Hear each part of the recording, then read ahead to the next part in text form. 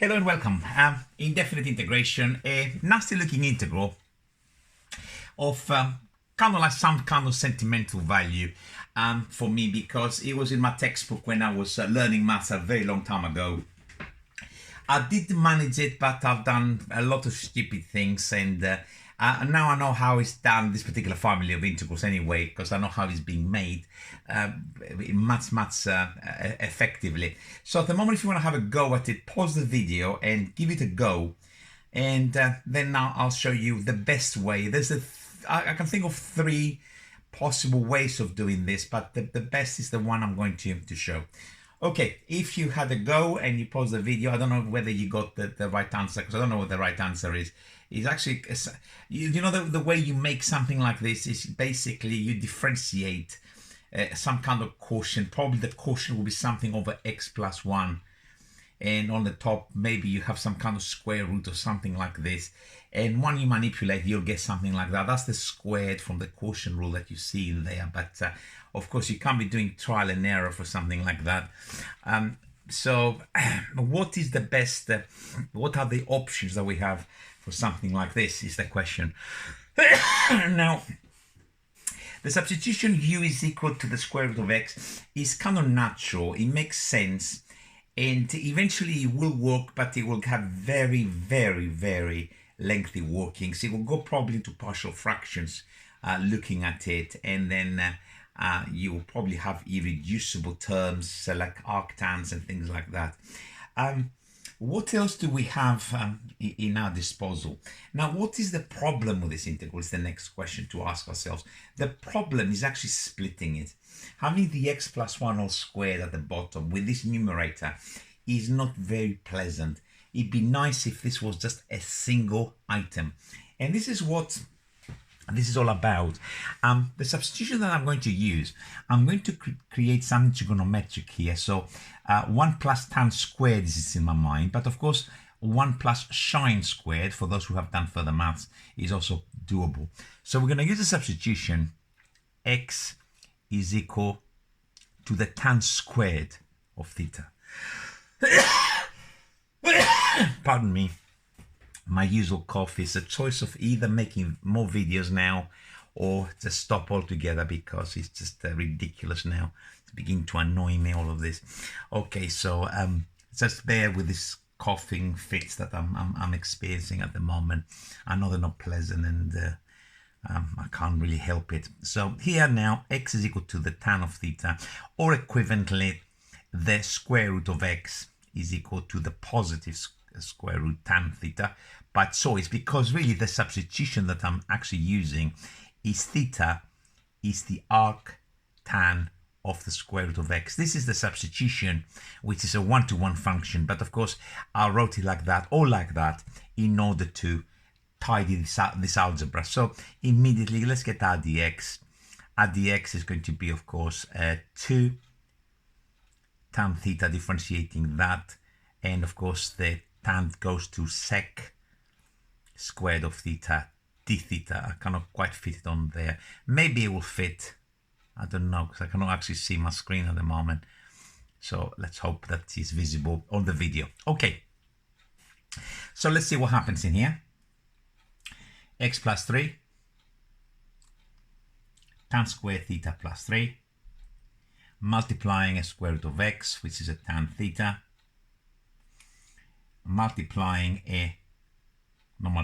Dividing by this quantity, which of course will be a sec to the 4.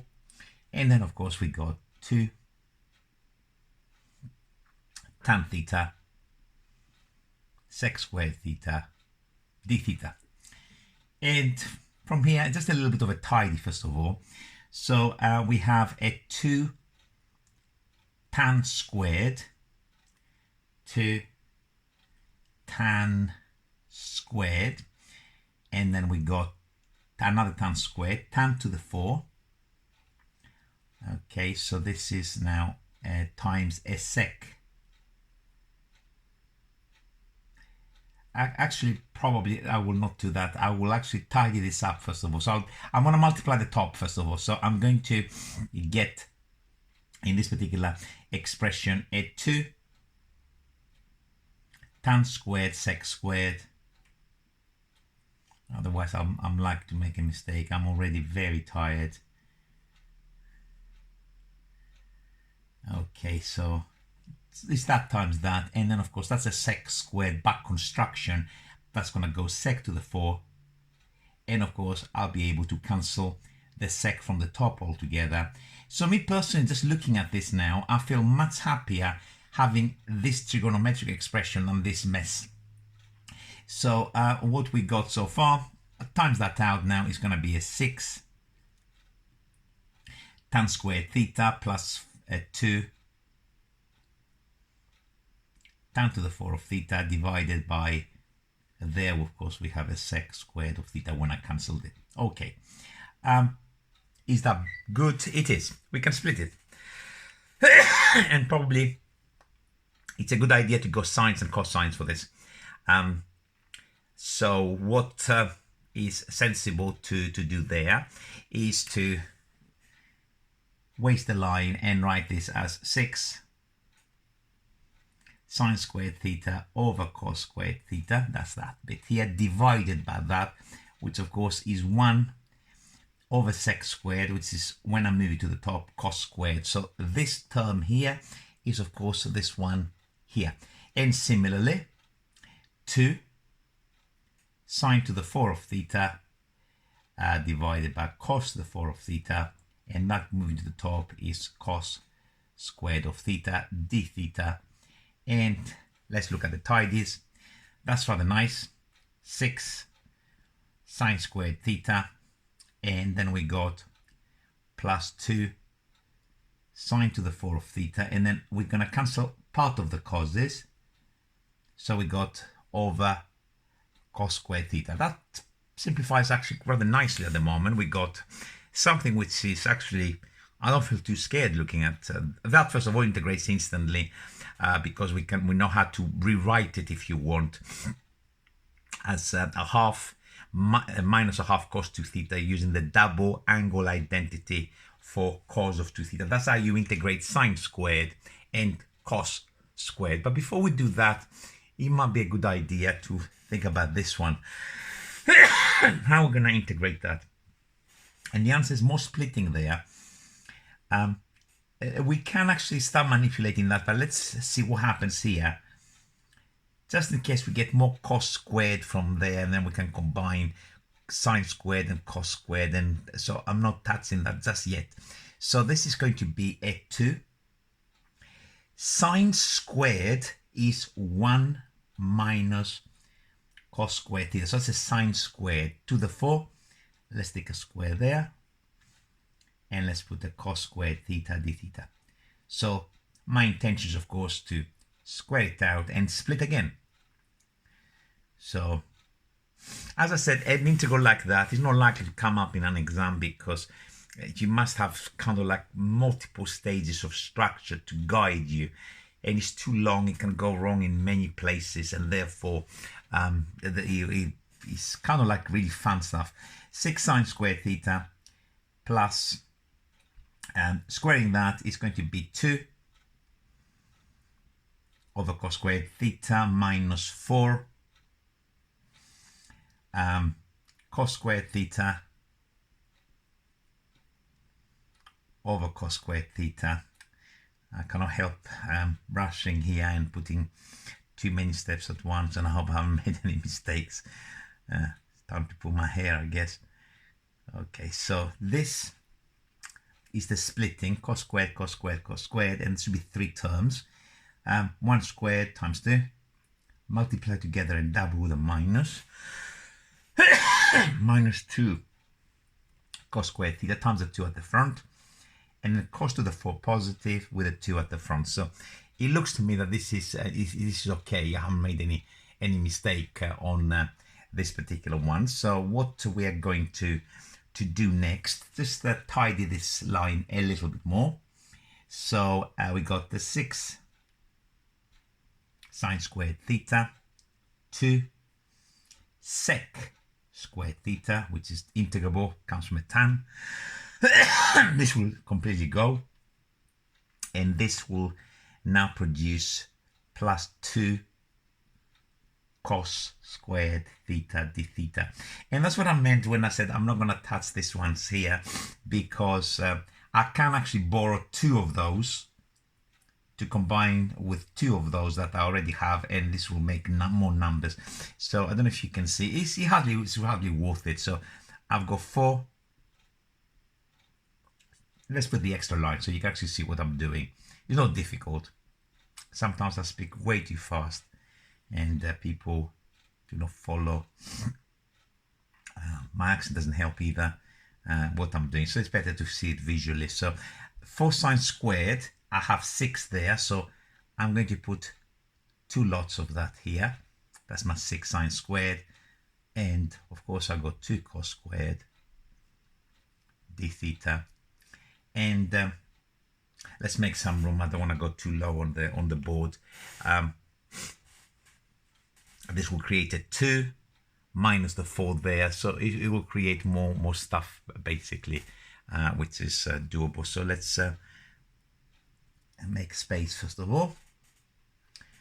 Hope we're all following the integration techniques involved in this one. Lots of trig on this particular one, as you can see. So what do we have now? We have 4 lots of sine squared theta. Done. 2 sec squared. And then we got factorize at 2. So it's going to be sine squared plus cos squared, which is 1. So that's minus 4 plus 2 and minus 2 d theta. Hopefully no mistakes. And now the sine squared needs to be rewritten as 4 bracket a half minus a half cos 2 theta. Standard manipulation. I'm not showing obviously where it's coming from, but I will say it's of course your cos double angle. This is for the heavyweights, this particular question. So if you don't know how to integrate sine squared or cos squared, you're watching the wrong video, I guess. Sorry, I'm being perhaps a little bit sarcastic in all of this. Sarcasm is actually quite good, quite nice. It's being sarcastic. Nothing beats a good bit of sarcasm, in my opinion. I don't care. They say it's the lowest form of wit. I think it's amazing. Okay, so half of 4 is 2. Minus 2 is gone. So the number bits actually cancel here. Rather nice.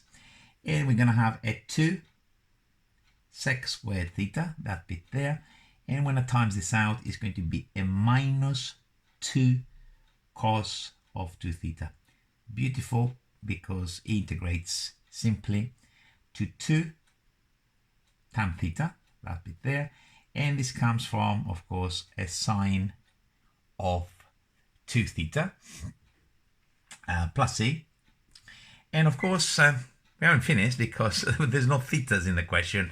We're going to go back into x, which is not too bad. If we had limits, it would have been a lot easier and would have just finished that now. So how we're going to go back? Probably we need to go sines and cosines for the double angle there. So might write this as 2 tan theta minus 2 sine theta cos theta plus c. And little triangle here. Theta is, of course, the arctan of the square root of x. Equivalently saying tan theta is root x over 1 Pythagoras, that squared plus that squared is 1 plus x square rooted. And we have now the sines and the cosines in there. So the tan of theta, of course, is 2 lots of the square root of x. That's the tan of theta. And minus 2 sine of theta is that divided by that. So that's going to be root x divided by 1 plus x square rooted. And the cos is, of course, 1 over that plus c. What can we do in there? We can actually factorize a 2 root x, just to simplify this better. 2 root x, and on the top of that it will be a 2 root x, and it will leave there 1 minus 1 over that times that is 1 plus x, and 2 root x, I forgot the plus c, so please forgive me. is going to be 1 plus x minus 1 over 1 plus x plus c. And when we tidy this up, what are we going to get in there? We're going to get 2 root x times an x divided by 1 plus x plus c, which we can write it, of course, in the best possible way. 2x to the power of 3 over 2 divided by 1 plus x plus c. A lengthy integral, but I did say, I don't know if I did mention in the beginning, the way you make up some monstrosity like that, you start with some kind of quotient, and I could probably see the denominator squared there, but it's maybe, I don't know, on the top something like x to the half or x to the half plus 3 or something like this. And then once you tidy this up, you get something which look like that. And of course, the task is actually to reverse now this particular substitution. And I think the trigonometric substitution approach that I've just shown you here is the best way forward, although it can be done, and I hope some of you did try other methods for this particular integral. I hope you enjoyed it. I'm signing out. I'll see you real soon. Bye for now.